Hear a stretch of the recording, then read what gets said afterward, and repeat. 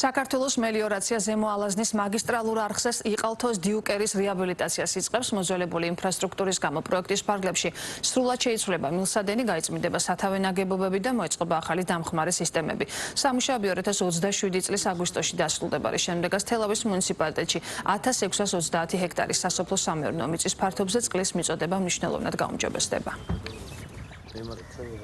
ამ ეტაპისთვის აღნიშნულ სისტემაზე დაგეგმილია იყალთოს დიუკერის რეაბილიტაცია, რომელიც უკიდურეს მდგომარეობაში იმყოფება.